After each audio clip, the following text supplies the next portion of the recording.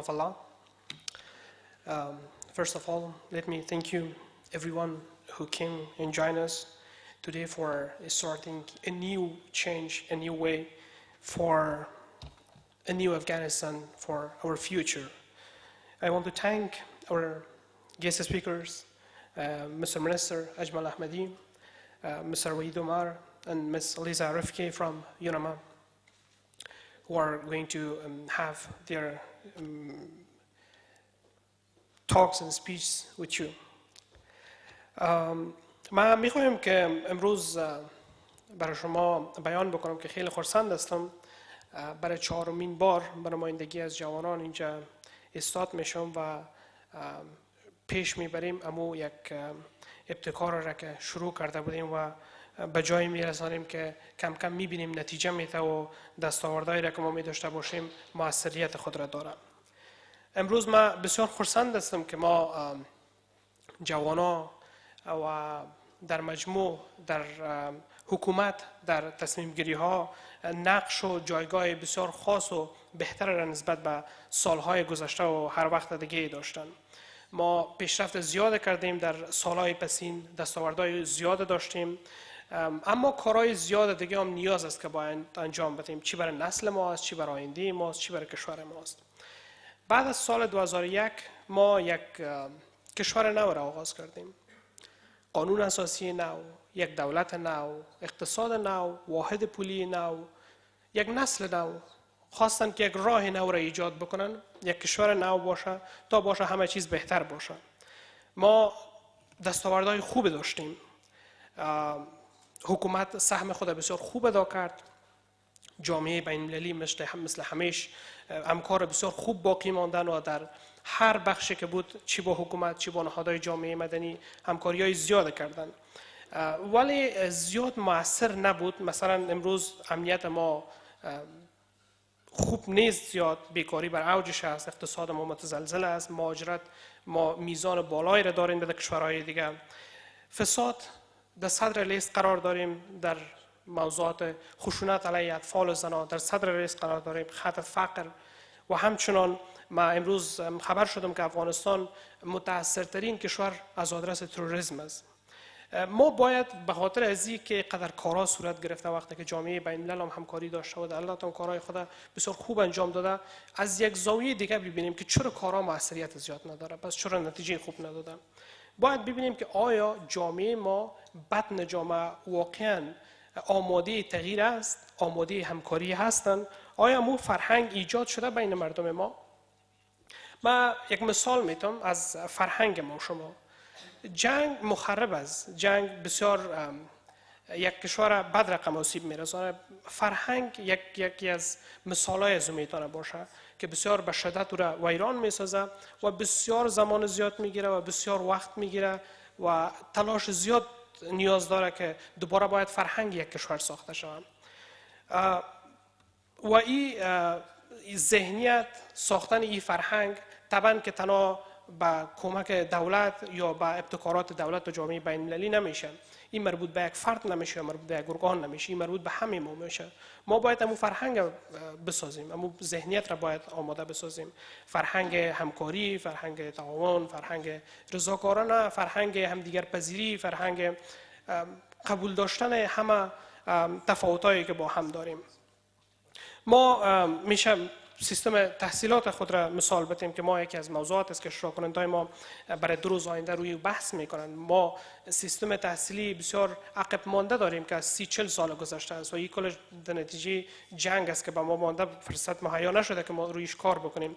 خوشبختانه حال کار میکنیم روی سیستم تحصیلی و این یک موضوع بسیار خوب است. ما میخوایم نظریات اشتراک کنندگان خودم داشته باشیم تا این غنی‌تر بسازیم، چرا که تحصیل زیربنای یک کشور است. تحصیل سرمایه گذاری است که یک کشور روی جوان خود، روی نسل‌های بعدی میکنه که چی به دست میاره. مثل یک سلاح است که برای نسل نو میده. شما برای نسل نوتان اگر سلاح 40 سال قبل بدین، آیا اونا میدونن که با دنیای امروزی جنگ بکنن؟ هرگز نه. باید سلاح نو براشون بدین که بتونن خوب مبارزه بکنن در میدان اقتصاد، سیاست، رقابت‌های بین المللی داشته باشن. و بتونن که یک درخشش خوب داشته باشه و دستاورد خوب داشته باشیم برای افغانستان. گرچه که جوانان تلاش های خود را میکنن ولی موانع خود را هم دارن. به گونه مثال نابرابری است. ما جوانان و در مجموع همگی مردم افغانستان شاهد نابرابری های اجتماعی هستیم، نابرابری های اقتصادی است، مذهبی است، جنسیتی است، قومی است که همه اینا ما را آسیب میرسانه و ما را از رسیدن به اهداف بلندی که داریم دور نگاه میکنن. تا زمانی که در یک میز مرد و زن مساوی نشینن، تمام اقوام نشینن، با هم صحبت نکنن، ما نمیتونیم بگوییم که مساوات تامین شده یا ما عدالت داشتیم. ما تمرکز بسیار روی اهداف انکشاف پایدار داریم. یکی از موضوعات است که اشتراک کنندگان ما صحبت میکنن. دلیلی که ما بسیار علاقمند هستیم به خاطر ازی است که این یک پکیج بسیار خوب است. 17 گل که شامل اهداف انکشاف پایدار است: اقتصاد، امنیت، تحصیلات، برابری جنسیتی، تمام موضوعات شامل میشن. بنابراین بهتر است که ما تمرکز بکنیم روی عملی سازی از این کار بکنیم تا ما بتونیم که یک هماهنگی هم با کشورهای دیگری داشته باشیم، هم اهداف ما بسیار مشخص و متمرکز باشه که چی میخوایم و چی بکنیم. ما توسعه خوب در کابل داشتیم، در ولایات کلیدی خود داشتیم، اما این کافی نیست. ما ولایات داریم در اطراف، کسایی که در 30 سال گذشته قبل زندگی میکنن هنوزم، و زمانی که در یک کشور مردمش هنوزم به 30 سال گذشته زندگی بکنن، ایره نمیشه بگوییم که توسعه بسیار موثر بود. باید همه گیر دخیل بسازیم. امروز خوشبختانه ما از 30 ولایت افغانستان جوانان را با خود داریم که هم بچه‌ها هستن هم دخترها هستن، نمایندگی میکنن. ما خواستیم که به بهترین وجه بتونیم تمثیل بکنیم امو مشارکت، برابری را و زمینه ایجاد بکنیم برای تعداد زیاد از جوانان که بیاین نظریات خود شریک بسازن و دیدگاهشان ما بعداً با حکومت نهادهای بین‌المللی شریک بسازیم از اینکه چگونه اونا میخواین که دخیل باشن. چون که پالیسی‌هایی که امروز ساخته میشه طبعاً که برای امروز و فردا است، برای نسل‌های بعدی است. نسل نو باید که دیدگاهشان شنیده شود، از اونا پرسیده شود که آیا برای اونا موثر است، داینده کمک میکنه برایشان، چی شرایط باید ما داشته باشیم. تمام اینا بسیار مهم و حیاتی است برایشان. بعضیا سوال میکنن که چرا شما این کارو میکنین، چرا جوانان مثلا، چرا شما میخواین که دخیل بسازین جوانان؟ بسیار سوال‌ها است، بسیار چراها است.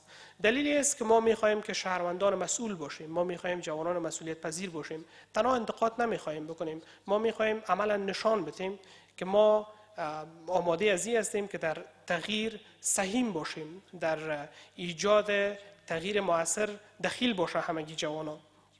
یک جامعه داشته باشیم که بتونیم واقعا کارا باشیم. یک جامعه که 40 سال جنگ دیده و از 8 صبح تا 4 دیگر کار میکنه، آیا میتونه او 40 سال جنگ و ویرانی و بدبختی خود جبران بکنه؟ هرگز نه. ما باید فعالیت بیشتر بکنیم، دستاورد بیشتر داشته باشیم. بسیار تشکر میکنم از همگی. And I want to end my speech and I thank you all for being here. It was pleasure and honor, and I will give the speech back to our announcer. We will look forward to having you a very productive and successful conference and even discussions in upcoming 2 days. And thank you very much all. Have a great time. Bismillah ar-Rahman ar-Rahim. Mr. Khani, Model United Nations President, Mr. Omar, مشاور از رییس جمهور, Ms. ریفکی, یوناما, Political Affairs Officer, Model United Nations Team, and the youth who are here today. Salam wa sabah khair. Today I feel very proud to be among Afghanistan's youth, dynamic, intelligent future leaders. Thank you for giving me this opportunity to speak here in front of you here today. Let me begin by stating that Afghanistan is at a turning point in our history. In fact, Afghanistan, the country, is one of the youngest in the world, with an average age of just 19 years old. Outside of the countries of Africa, this is the youngest average age in the world. Contrast this with most developing countries, such as Japan or Germany, where the average age is almost 50 years old. This means that Afghanistan will rapidly transform as the culture of this youth becomes the leaders of tomorrow.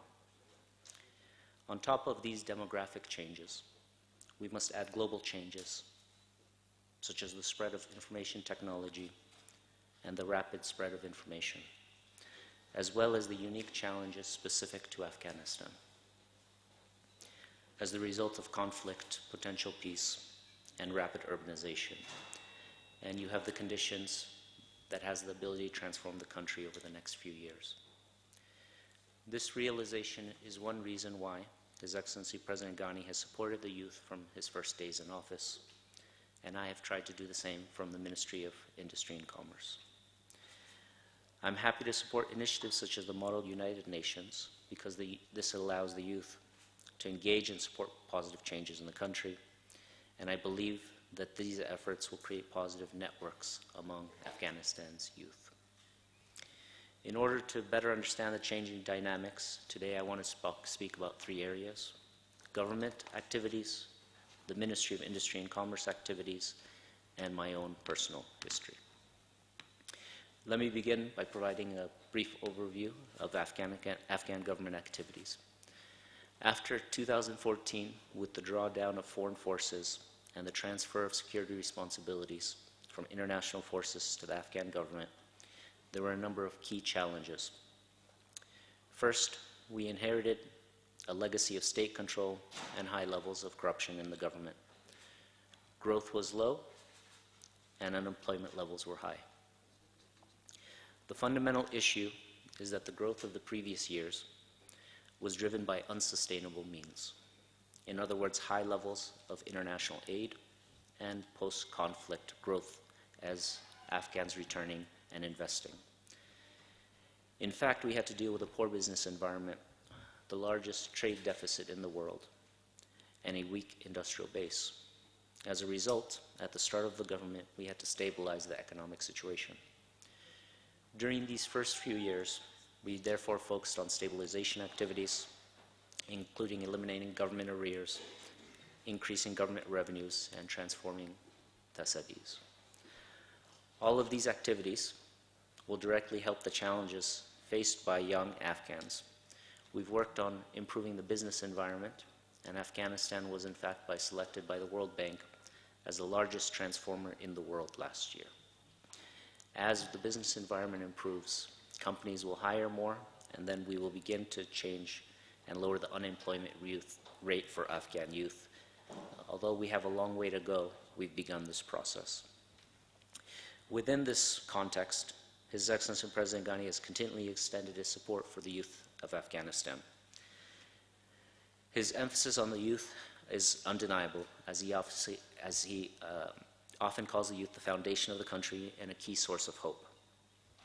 And that's why he declared 1396 as the year of youth to motivate them further. We now have, as a result of these transformations, a number of examples. In terms of education, we've witnessed the emergence of young Afghan pioneers in higher education and other fields. In terms of technology, we now have companies started from Afghan youth, and we have examples such as the robotics girls team from Herat, which this Code to Inspire team makes robots and competes with the best of the world. In terms of sports, the youth of Afghanistan have transformed the perception of Afghanistan through the achievements, for example, in cricket, with the performance of Rashid Khan, or the Olympic gold medal that Ruhullah obtained in Taekwondo.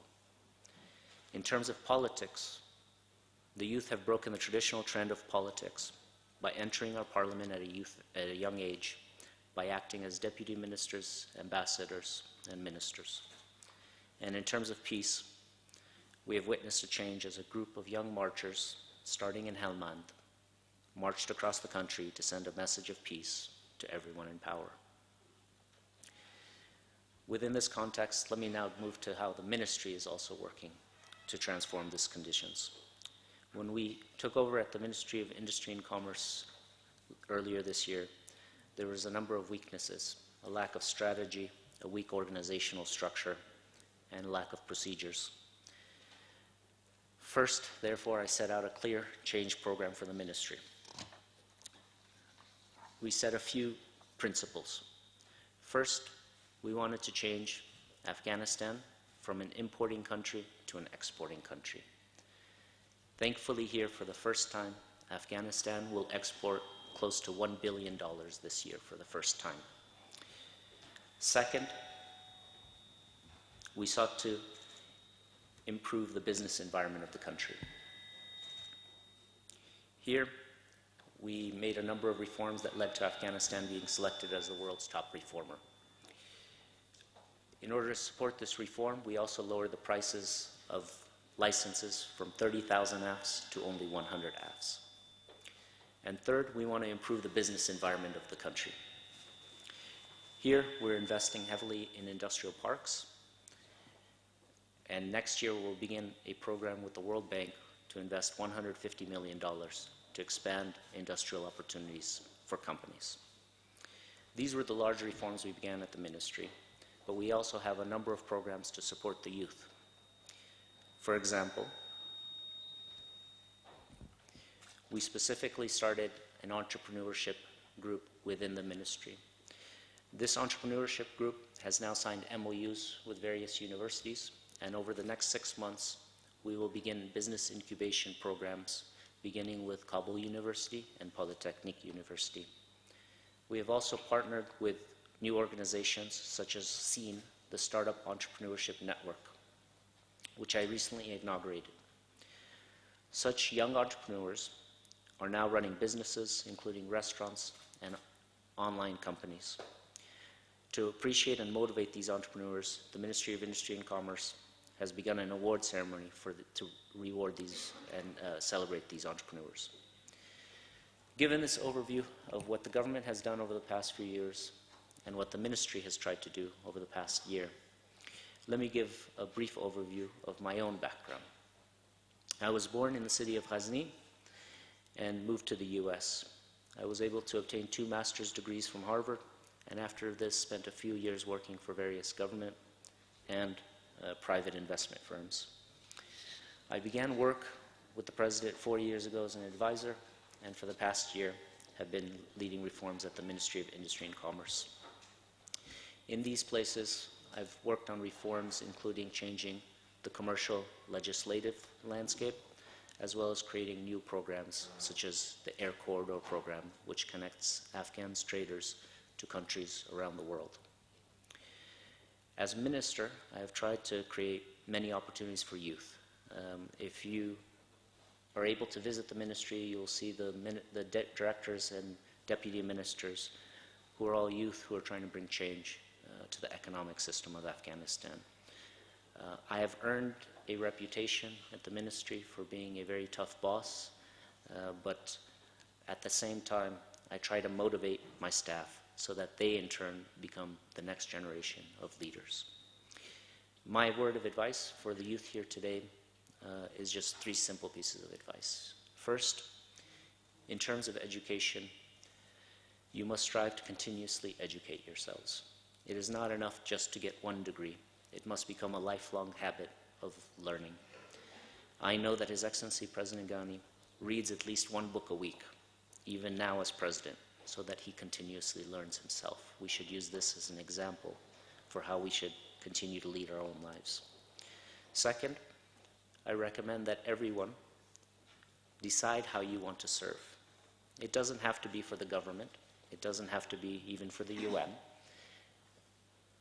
Whether that's serving for your own family, whether that's serving for your community, to your country, you select how you want to serve, but be willing to serve those who are important to you. And third, you must be willing to work hard to achieve your goals. It's not enough to just simply have a goal. You must also be willing to sacrifice to make sure that that goal becomes reality. At the end, considering the positive role of the youth in the country, I believe we can witness a rapid transformation that leads us to peace, prosperity, and a sustainable economy. We believe the youth generation represents the new Afghanistan, one that is willing to forget the past and look what lies ahead. So thank you again. Thank you for the Model UN for inviting me and all the youth here today. I wish each and every one of you the best of luck. Thank you.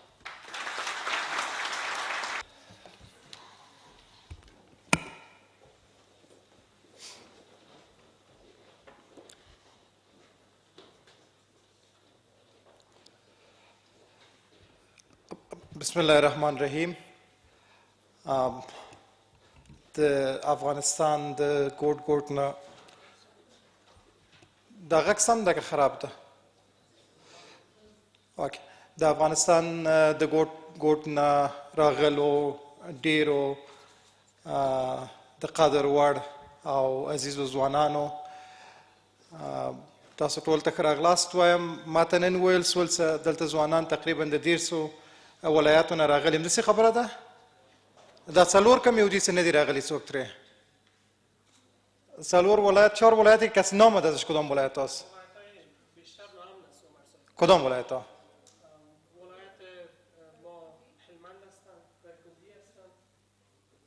دایکندی کجاش نام نسا برادر؟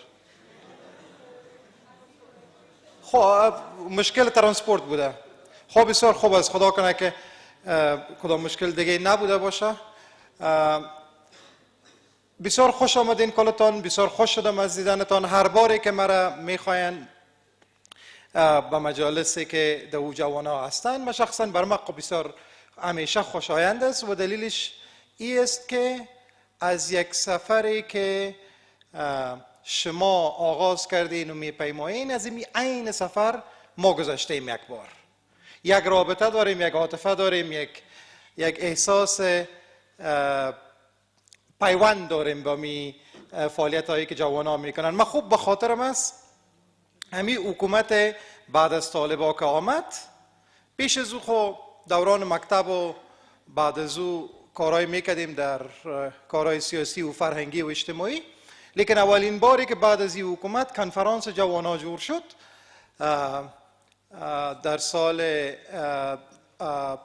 5 ماه بعد از رفتن طالبا و 5 ماه بعد از این که جناب کرزی صاحب رئیس جمهور افغانستان رئیس اداره موقت شد، در اونجا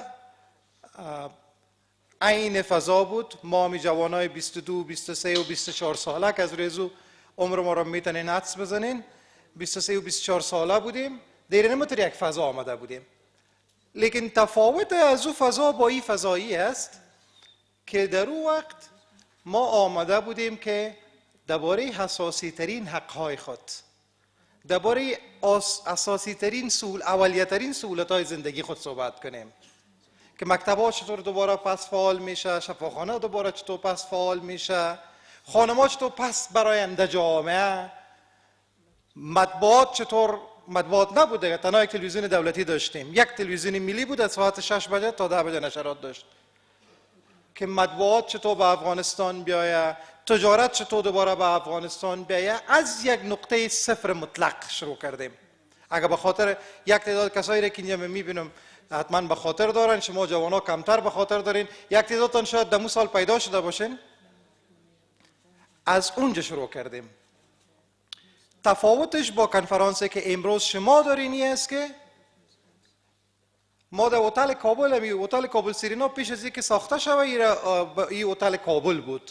کسایی که جوان هستن به یاد نداشته باشن، هتل کابلی که نه سیستم صدا بود، نه سیستم ساوند بود، نه یک نان درست بود، نه یک ترتیبات درست بود، یک جایی که تازه دیگه احیا میشد، بهتر یک فضایی که همه چیز آماده و همه چیز مساعد است. و دومی که شما امروز درباره از این صحبت نمیکنین که از کجا آغاز شود کدام کار. شما یک سفر 18 ساله را سرش بحث میکنین که در کجا کار درست شد، در کجا، مثل که قانی صاحب در صحبتهای خود گفتن، در کجا کار درست کردیم، در کجا کار غلط کردیم، در کجا اشتباهات کردیم، چطور اشتباهات خود تکمیل کنیم. ما چند باری مثال دادیم، یک بار دیگه ای میگم. افغانستان مثل یک جوان 18 ساله است. در اینجا کسی 18 ساله است؟ 18 ساله کی است؟ اون شماست. افغانستان منتهی مثالی را که میتونم شما شخصی نگیرین. افغانستان دسیده لکه یو اتلس کلن ځوان. اتلس کلن ځوان موږ اتلس کاله مخکې شروع وکړ، یو نوی ماشوم پیدا سو، ورو ورو یې مزل وکړه، اوس اتلس کلن ده. دغه دلیل څه خلک درته وایي چې د افغانستان داسې په دوه درو لارو ولاړ داسې یا به بدبختانه خدای مکړه یو غلطې هغه ته لاړ سي آیندې ته او یا به سمې آیندې ته سم سي. دلیل یې دا ده چې یو 18 کلن ځوان چې له مکتبه فارغ سي نو بیا دوه لارې مخې کیږي، یا داسې بیا پوهنتون ته لاړ سي او لیسانس واخلي او یا لکه وزیر صاحب غوندې 2 ماستریانې وکړي او بیا ښه وظیفه پیدا کړي، فامیل ته خدمت وکړي او نور، یعنی یو مرفز ژوند ځان ته جوړ کړي. او یا دا خدای مکړه د 18 کلنۍ کې سړی بې لارې سي، له لارې منحرف سي او بیا خدای مکړه څه یا جنایتکار ته جوړ سي یا په مخدره موادو اخته سي او یا یو غیر مؤثره غیر مفید سړی ته جوړ سي.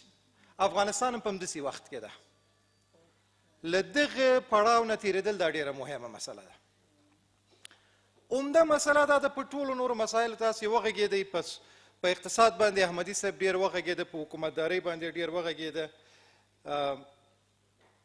مسله د سولې ده. د سولې مسله دا د افغانستان آینده تعیینوي. یا به موږ په دې راتلونکي یو کال 2 کالو کې یوې پایدارې باعزتې سولې ته رسیږو او یا به نه ورته رسیږو. دا اړه لري په موږ باندې من حیث د نظام، دا اړه لري په طالبانو باندې او دا اړه لري د موږ همسایه ګاونډیانو او بیا بین المللي ټولنې او په راس کې د متحده ایالاتو نیت او فعالیت. در صلح اگه شما باید داشته باشین از حکومت افغانستان 10 سال 11 سال 12 سال همیشه شنیدین که ما میخواهیم که طالبا دوباره برگردن به افغانستان، به زندگی مسالمت آمیز بیاین. یک زمان ذهنیت ها برزی آماده هم نبود. به یاد اگر باشین وقتی که صدا می شد از تریبیون حکومت افغانستان که طالب بیاید پس به پروسه صلح بپیونده و مثل سایر هموطنای ما زندگی صلح‌آمیز کنه، باز انتقاد می شدیم که قاتل مردم افغانستان یک گروه تروریستی را و غیره و غیره و غیره و غیره. ولی حکومت ها هم حکومت گذشته و هم حکومت فعلی امی ریسک پذیرفته نشدن از این خواسته در اذهان عامه پذیرفتن و امروز بحث صلح یک بحث محوری است. از طرف ما باید داشته باشین که در 2-3 سال گذشته اگرچه در یک موقف برحق هستیم، یک نظام قانونی هستیم، یک قانون اساسی داریم، در تحت پوشش همین نظام یک جامعه زندگی میکنه، یک جامعه‌ای که نظام برش خدمات میده، خوب یا بد، با کاستی ها و تمام، یک آزادی بیان داریم، جامعه باز هستیم و غیره و غیره و غیره و غیره. در مقابل ما یک گروپی که قرار داره، یک گروپ بسته، یک گروپی که اعتقاداتشان بسته است، متاسفانه نظامشان بسته است، چی وقتی که در افغانستان در حکومت بودن چی فعلا، و شیوه برخوردشان با دیگرها هم بسته است. اگرچه ما یک نظام برحق هستیم، پیش شرط نماندیم هیچگاهی. ما به یادم است در 10 سال گذشته صدای مایی است که ما بدون هیچ نوع پیش شرط میخوایم امروی طالب بشینیم. طالب بیای بشینه امروی مصاحبت کنه. دیگه کار نداریم که به نمایندگی از طالب کی میآید، هیئتشون کی تعیین میکنه، خودشون تعیین میکنن یا کسی دیگه برشون تعیین میکنه. با هیچ کار نداریم. طالب هر زمانی که بخواد بیای امروی ما بحث کنه، ما به عنوان یک نظام امروی طالب گپ میزنیم. حکومت ما، جامعه مدنی ما، رسانه های ما، تجار ما و غیره و غیره. طالب تا یک زمانی آماده نبود. آلی آماده است. آلی میگه که من امروی هر کس گپ میزنم، امروی دولت افغانستان گپ نمیزنم. دولت فلان هیئتی را که بر ما روان میکنه، این هیئت ما قبول نداریم، یک هیئت دیگر روان کنه. ما میگیم که ما چی وقت بر شما گفتیم که کی را روان کنین کی را روان نکنین. شما هیئت خود تعیین میکنین، درست؟ ما هیئت خود تعیین میکنیم. ما به شما نمیگیم در هیئتتون کی را روان کنین. هیچ از این سوابق کسی هم پرسان نمیکنیم، هر کسی را تعیین میکنین روان کنین. ما به عنوان یک طرف مذاکره ما هیئت خود تعیین میکنیم. خب بهانه‌گیری ها بسیار زیاده است، اما امیدواری هم بسیار زیاده است. آرزوی همه ما است در تمام افغانستان اگر شما پرسان کنین، بر مردم افغانستان اولویت درجه 1 صلح است و نظام افغانستان به عنوان نظام نماینده مردم افغانستان هیچ راهی نداره مگر که امی خواسته مردم افغانستان تحقق ببخشه، اما با تدبیر، اما با آمادگی درست، اما به گونه‌ای که خدای نخواسته یک معامله صلح بدون حضور مردم افغانستان صورت نگیره که خدای نخواسته و افغانستان به یک جنگ و به یک بحران دیگه میبره. اگر مردم افغانستان دخیل بودن، اگر نظام افغانستان دخیل بود، ضمانت‌های برای پایدار شدن از این صلح وجود داره. اگر مردم افغانستان مالکیتش گرفتن، دولت افغانستان مالکیتش گرفت. اگر خدای نخواسته نظام افغانستان، مردم افغانستان دور زده شدن، افغانستان به یک صلح پایدار نمیرسه. با کنفرانس بیجینگ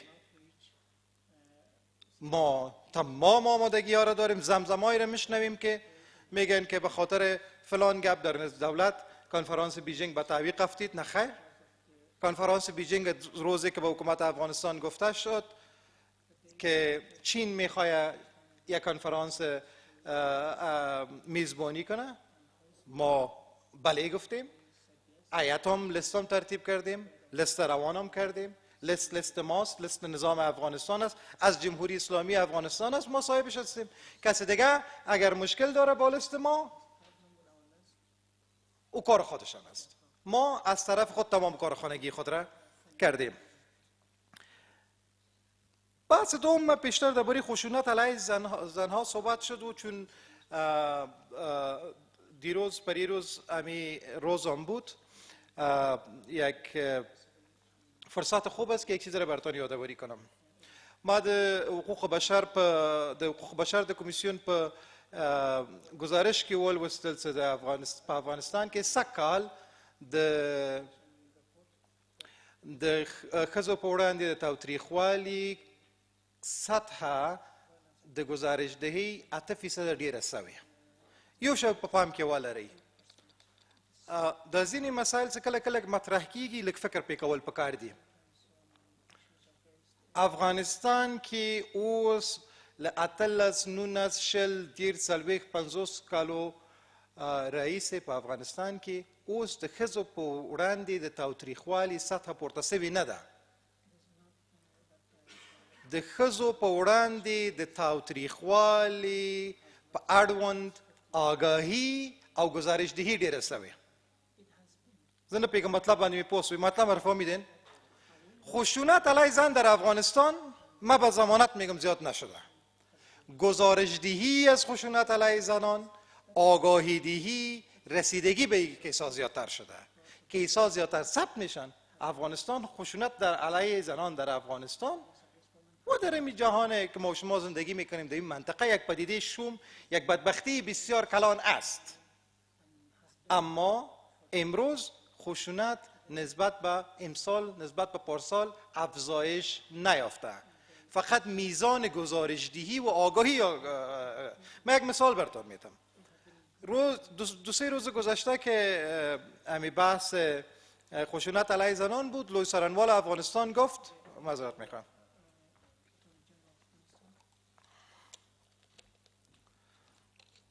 لوی سرنوال افغانستان گفتن که ما در 30 ولایت افغانستان در سارنوالی یک بخش برای گزارشدهی در مورد خشونت علیه زنان داریم که با اونجا خانم‌ها مراجعه میکنن و کیس خود میگن.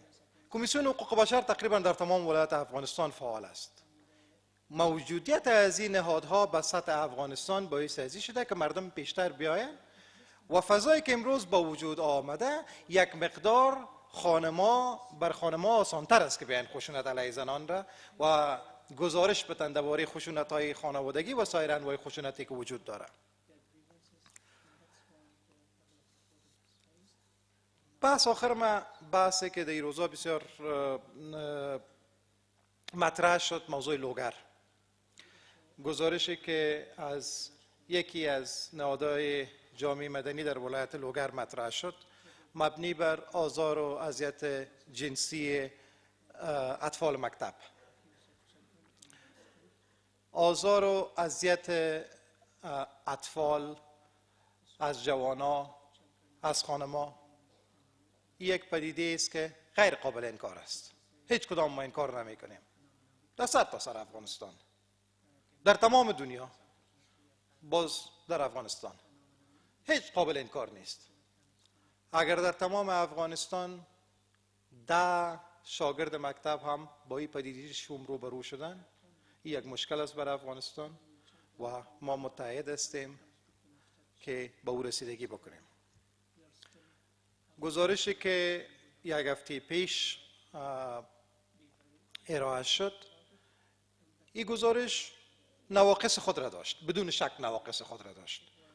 یعنی یک گزارش با چنان دریافت‌های بسیار تکان دهنده، یک متد مسلکی تر میخواست، یک ذره کار جدی تر میخواست و پیش از اینکه این گزارش دریافت‌هایش با مردم شریک شود، یک مقدار باید این دریافت‌ها یعنی از نقطه نظر علمی و مسلکی باید بهتر ترتیب میشد. اما به هر حال این گزارش ارائه شد. بعد از او شما انتقادهای 2-3 روز گذشته را 2 روز گذشته را در مورد گویا بازداشت 2 تن از کسایی که گزارش تهیه کرده بودند شما شنیدید. اگرچه چیزی که من شنیدم این بود که تقاضای از این شده بود که 2 نفر در یک فضای امن برده شوند، تا ای که طبعا شما وقتی که در موضوع بسیار حساس در افغانستان و او هم در یک جغرافی خاص در افغانستان نام یک ولایت رو میگیرین، گزارش ارائه میکنین، طبعا که تبعات داره، مردم قهر میشن، مشکل ایجاد میشه. چنانچه ما شنیدیم برای متعلمین و بر فامیلایشون مشکلات ایجاد شد. مشکلات جامعه ما رو شما میشناسین، مشکلات جامعه ما رو میشناسین. اما یک چیزم براتون میگم، او است که طبعا که برخوردی که بعد از او صورت گرفت، او برخورد دوباره اصلاح شد. شما متوجه باشین که ما یک نظام هستیم، یک جامعه هستیم، یک جامعه باز هستیم. در اینجا یک حکومت است، یک پارلمان است، نهادهای جامعه مدنی است، رسانه هاست، نهادهای حقوق بشر است، نهادهای زن است، نهادهای جوان است. شما هستین هم میگی یکی از خوبی های جامعه بازی است که یک مکمل نهادهای متعدد مکمل کاری که دیگه میشن، انتقاد میکنن از کاری که دیگه، یکی دیگر رو متوجه اشتباهاتشون میسازن. در این مورد هم صدای کمیسیون حقوق بشر، صدای پارلمان افغانستان، صدای رسانه ها و اینا همگی یک جای شد با حکومت تا بالاخره با مشکلی که با وجود آمده بود رسیدگی شد. یعنی شما ایره از جنبه مثبت اگر ببینین، یک نظامی که با ما انگلیسی چکن بالانس میگن، در یک جامعه که چکن بالانس باشه، که حکومت یک کار خوب میکنه کسی تقدیر میکنه، حکومت یک جای یک کاستی در کارش میباشه، یک رسانه متوجهش میسازه، جامعه مدنی متوجهش میسازه، کسی که متوجهش میسازه و آن به اون شکلی که باز نتیجه پایان کار یک پایان درست میباشه. باقی ما وقت شما رو به خیالم از وقت خود که زیادتر گرفتم، از اون چیزی که بر من داده شده بود کدام گپ دیگر ندارم. بر شما موفقیت میخوایم، برای شما 2 روز آینده که کار میکنین امیدواری ما است که با قوت کار کنین.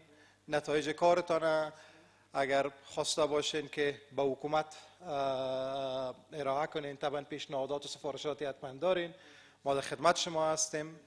پیشنهاداتتان به رئیس جمهور افغانستان میرسانیم و ما امیدواری ما است که شما بخیر وقتی که دوباره با ولایت‌هایتان میرین یک خاطره خوش از باهمی، از یک صدایی، از همدلی در کابل با یکی دیگه تان ببرین. این یک فرصت خوب است برای همه‌تان که از ولایت‌های مختلف آمدین، از سمت‌های مختلف و افغانستان آمدین، در حالی که در فضای واهی و در فضای کاذب ذهنیت‌هایی است که مردم افغانستان و جوان افغانستان و اینا در مجموع با همدیگر خیلی از سمت‌ها و زبان‌ها و ولایت‌های مختلف زیاد با همدیگر همدلی ندارن، لیکن شما ایرا ثابت بسازین که یک جامعه هستین، یک جامعه همدل، یک اجتماع سالم، جوانایی که آینده نگر هستین و متوجه آینده افغانستان هستین. به شما صحت سلامت می‌خوایم. ډیر مننه. خدای پامان.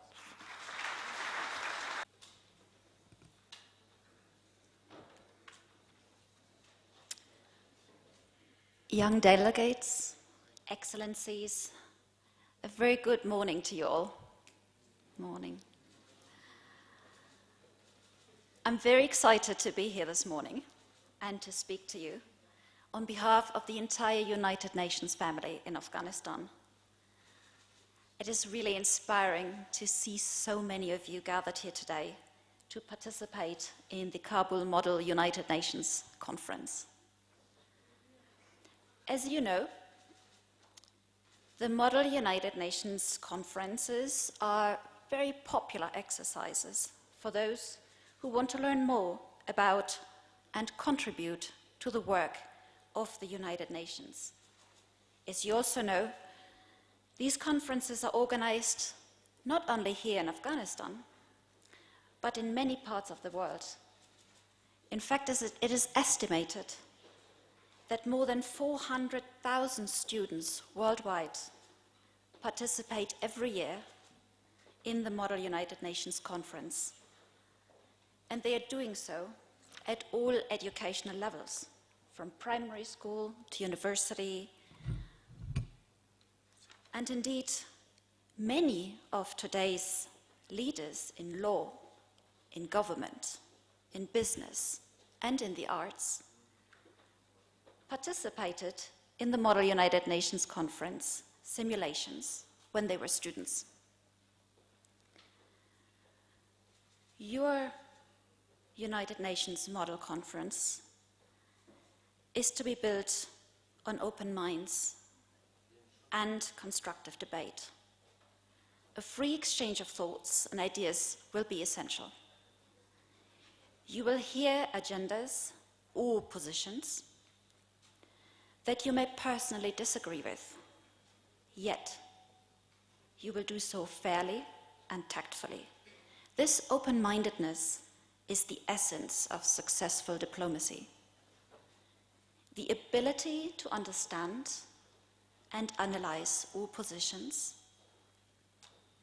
including those, obviously, that you oppose. Diplomacy is an art. It is the art to communicate between different parties or individuals, the art of conducting negotiations, forming alliances, reaching agreements, the art of employing tactfulness to ensure there is no ill will. The success of diplomacy lies in finding the right balance. All this you will practice in the working committees in the days ahead. And I wish to share with you some thoughts on how you can maximize your experience in these committees. First, do your research. Before joining the committee work, make sure you have a general understanding of the other delegation stances, in addition to your own nation's specific position. What are their and your interests? What do you have in common?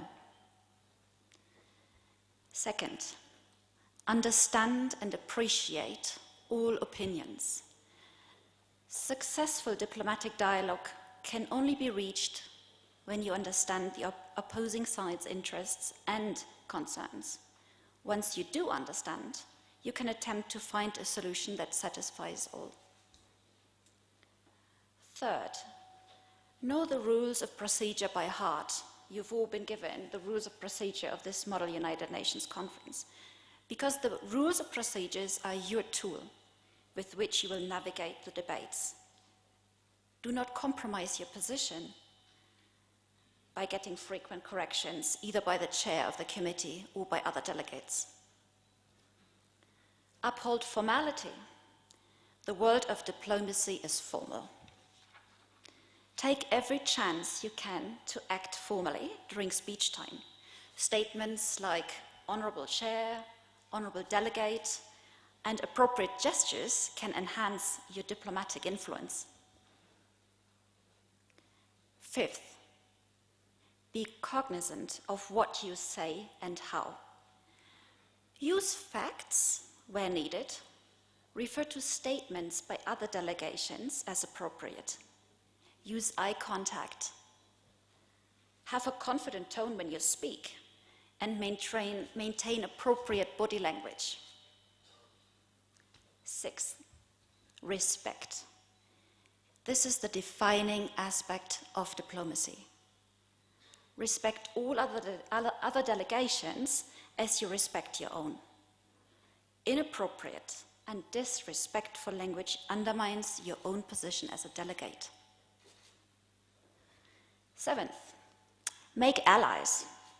As mentioned before, diplomacy is about forming alliances and reaching agreements. Look for allies at every chance you get.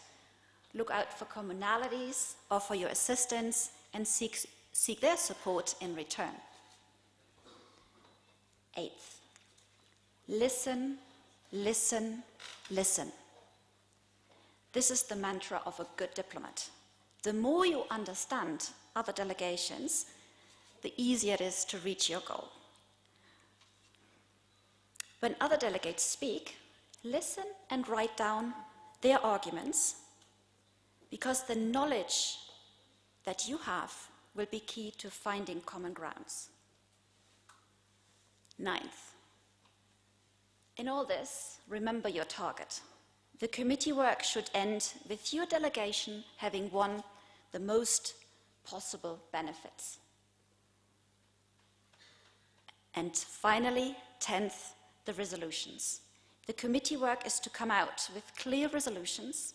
As many of your ideas as possible should be reflected to serve your respective delegations' policy.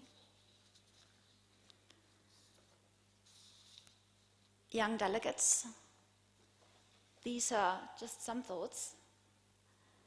And as you know, the world today is facing major risks, interdependent and long-term challenges.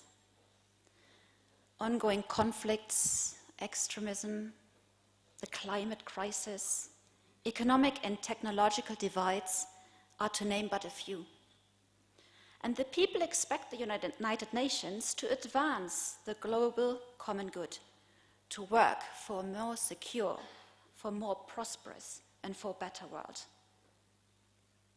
As mentioned by the United Nations Secretary General Antonio Guterres in a recent speech, multilateralism must, and I quote, adapt to challenges of today and tomorrow. And the United Nations is at the very heart of it. Multilateralism, he said, must be networked and close to the people, working hand in hand with regional organizations, but also with international financial institutions, development banks, and specialized agencies.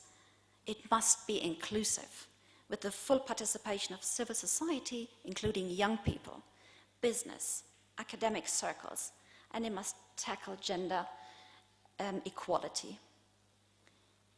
With the experience of this Model United Nations Conference, you become young ambassadors, charged with building a better understanding of the organization, what it is, what it does, and what it can do. And you assume this responsibility at a very crucial time. Every day, and on a wide range of issues, our organization is expected to deliver in new and better ways. Your support is crucial. You can be catalysts for change by creating social networks in support of the United Nations work. And as leaders of the future, you can open up with innovative approaches to help confront the challenges facing the global community today and in the future. In conclusion, on behalf of the United Nations family in Afghanistan, thank you for your commitment. Thank you for inviting us to be here and speak to you. And we wish you all a most stimulating conference in the days ahead. Thank you.